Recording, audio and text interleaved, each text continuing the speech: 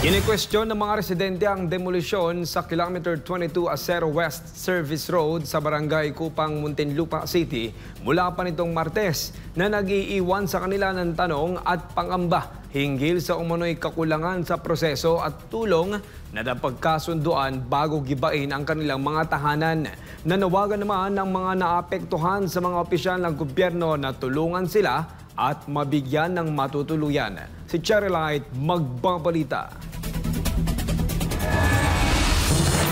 Bago pa man sumiklab ang usapin ng demolisyon, ang Acero Compound ay isang masikip ngunit masigla at buhay na komunidad. Halos parang maliit na baryo sa loob ng lungsod. Ganito na ngayon ang itsura ng Acero Compound. At kahit walang katiyakan ang titirahan, hindi rin sila lalabas hanggat hindi maisa sa katuparan ang naunang napag-usapan bago ang demolisyon. Ito po yung sitwasyon namin ngayon po. Sinira na po yung aming bahay. Ayan po, pumayag po kami sirain pero kahit hindi pa po kami bayad.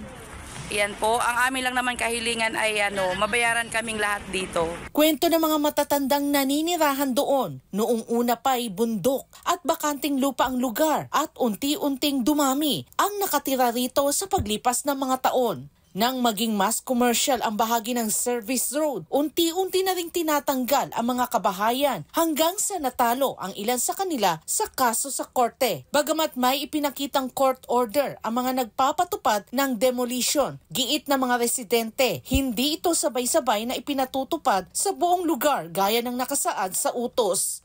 Mas maraming pamilya sa katabing sitio ang hindi ginagalaw habang ang kanilang maliit na komunidad ang unang pinuntirya. Dagdag pa nila, noong nakaraang buwan nang dumulog sila sa barangay, sinabi ng kalihim na kulang pa ang dokumento ng demolition team. Kaya't nagtaka sila kung bakit bigla na lang sinimulan ang pagbaklas ng kanilang mga bahay. May kasunduan umano na bibigyan ng financial assistance ang mga maapektuhan, kaya't naghintay ang mga residente at hindi tumutol sa inaasahang demolition. Unang napag-usapan na mabigyan ang bawat residente ng 38,000 pesos, ngunit ito ay bumaba ng bumaba hanggang umabot sa 12,000 pesos. Ngunit ayon sa kanila, sinira na ang kanilang tirahan nang wala pa silang natatanggap na tulong pinansyal o plano para sa relokasyon. Pinili lang umano ang nabigyan ng tulong pinansyal. Humihingi ngayon ng tulong ang mga apektadong pamilya para mabigyang linaw ang proseso at matiyak na maisakatuparan ang mga napagkasunduan. Ang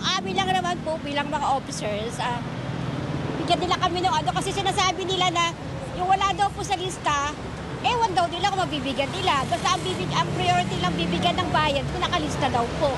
Paano naman yung mga wala sa listahan? Saan yung dadamputin? Nangingi po kami ng tulong kung saan-saan po. Kung saan-saan po kami nanguhulong sa mga officials.